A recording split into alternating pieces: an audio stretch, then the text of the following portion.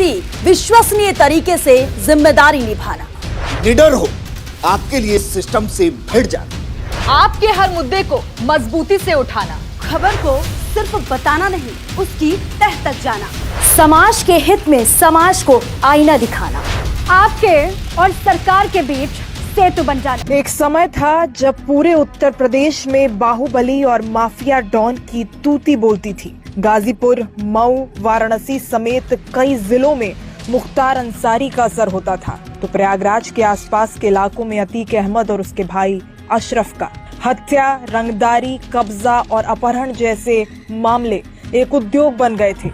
लेकिन दशकों तक माफिया राज चलाने वाले मुख्तार अंसारी अतीत हो गए। तो बीते साल पूर्व सांसद और माफिया अतीक अहमद और उसके भाई अशरफ की भी प्रयागराज में गोलियां मारकर हत्या कर दी गई थी। दोनों ही मामलों में कुछ बातें बड़ी कॉमन हैं। वो हैं माफिया, पुलिस, जेल और मौत। अतीक अहमद और उसके भाई की सरेआम हत्या हुई थी और मुख्तार की मौत को लेकर भी सवाल खड़े हो रहे हैं। परिवार का कहना है कि उन्हें धीमा जहर दिया गया था। ऐसा नहीं है कि सिर्फ इन्हीं दो मामलों में माफिया, पुलिस, जेल और मौत का कॉमन कनेक्शन है। 2017 से लेकर अब तक अगर आंकड़े देखे जाएं तो ये लिस्ट काफी लंबी है। अतीक अहमद, मुख्तार अंसारी के अलावा भी ऐसे कई गैंगस्टर्स हैं जिनकी मौत में पुलिस और जेल से कनेक्शन सीधा जुड़ता दिखता है। सबसे पहले बात कर लेते हैं मुख्तार अंसारी की।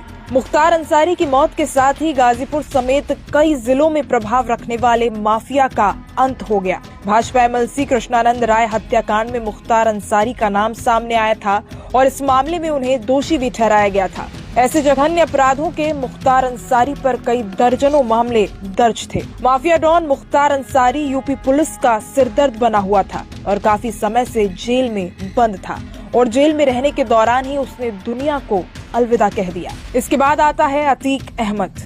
इलाहाबाद से सांसद रहे अतीक अहमद का कद एक दौर में इतना बड़ा था कि प्रयागराज से लेकर कानपुर तक उसका असर था। विधायक राजूपाल की हत्या के बाद अतीक अहमद के सितारे गर्दिश में आ गए थे।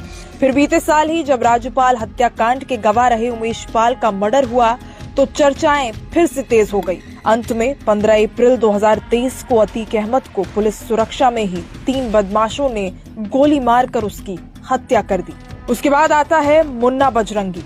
मुन्ना बजरंगी की भी बागपत की जेल में जुलाई 2018 में हत्या हो गई थी। उसकी हत्या में गैंगस्टर सुनील राठी का नाम सामने आया था। बड़ी बात यह है कि मुन्ना बजरंगी भी मुख्तार अंसारी गैंग का ही सदस्य था। शुरुआती दिनों में कालीन बुनने का काम करने वाले मुन्ना बजरंगी ने बनारस में सराफा व्यापारी की दिन दहाड़े गोली मारकर हत्या कर दी थी। इसके बाद बाहुबली और नेता मुख्तार अंसारी के गैंग में उसने एंट्री कर ली। अगला नाम आता है संजीव जीवा का। मुख्तार अंसारी गैंग से ही जुड़े रहे और पश्चिम यूपी में अपराध का बड़ा नाम रहे संजीव माहेश्वरी उर्फ जीवा की बीते साल जून में हत्या कर दी गई थी। उसकी हत्या किसी सुनसान इलाके में नहीं बल्कि भरी अदालत में हुई थी। उसे लखनऊ सिविल कोर्ट में पेशी के लिए ले जाया गया था। इसी दौरान उस पर हमला कर दिया गया, जिसके बाद उसकी मौत हो गई। फिर नाम आता है विकास दुबे का। अपराध की दुनिया में विकास दुबे भले ही कानपुर और उसके आसपास में बड़ा नाम हो गया था, लेकिन उसकी चर्चा पूरे यूपी और देश में तब हुई जब उसने अपने गांव में सीओ समेत 8 पुलिस वालों की हत्या करा दी थी। ये कांड जुलाई 2020 को हुआ था।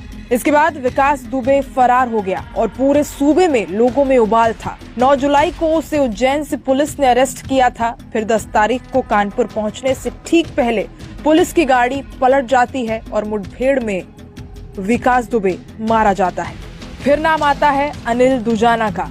अनिल दुजाना का खौफ बुलंदशहर, नोएडा जैसे यूपी के पश्चिमी इलाकों में था। बीते साल मई में यूपी एसटीएफ ने उसे मार गिराया था। गैंगस्टर दुजाना पर दर्ज 62 मामलों में 18 मर्डर समेत रंगदारी, लूटपाट, जमीन पर कब्जा छुड़वाना और आर्म्स एक्ट जैसे गंभीर मामले शामिल हैं।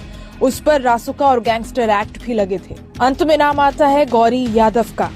उदयभान यादव उर्फ गौरी यादव का नाम भले ही ज्यादा चर्चित नहीं था, लेकिन यूपी और एमपी के बुंदेलखंड इलाके में उसका खौफ था। 5 लाख रुपए के इनामी बदमाश को बीते साल चित्रकूट में मार गिराया गया था। चित्रकूट, मणिकपुर, सतना जैसे इलाकों में वो बड़ा ही एक्टिव था। यही नहीं, एक दौर में कुख्यात रहे डकैत ददुआ के साथ भी वो काम कर चुका था।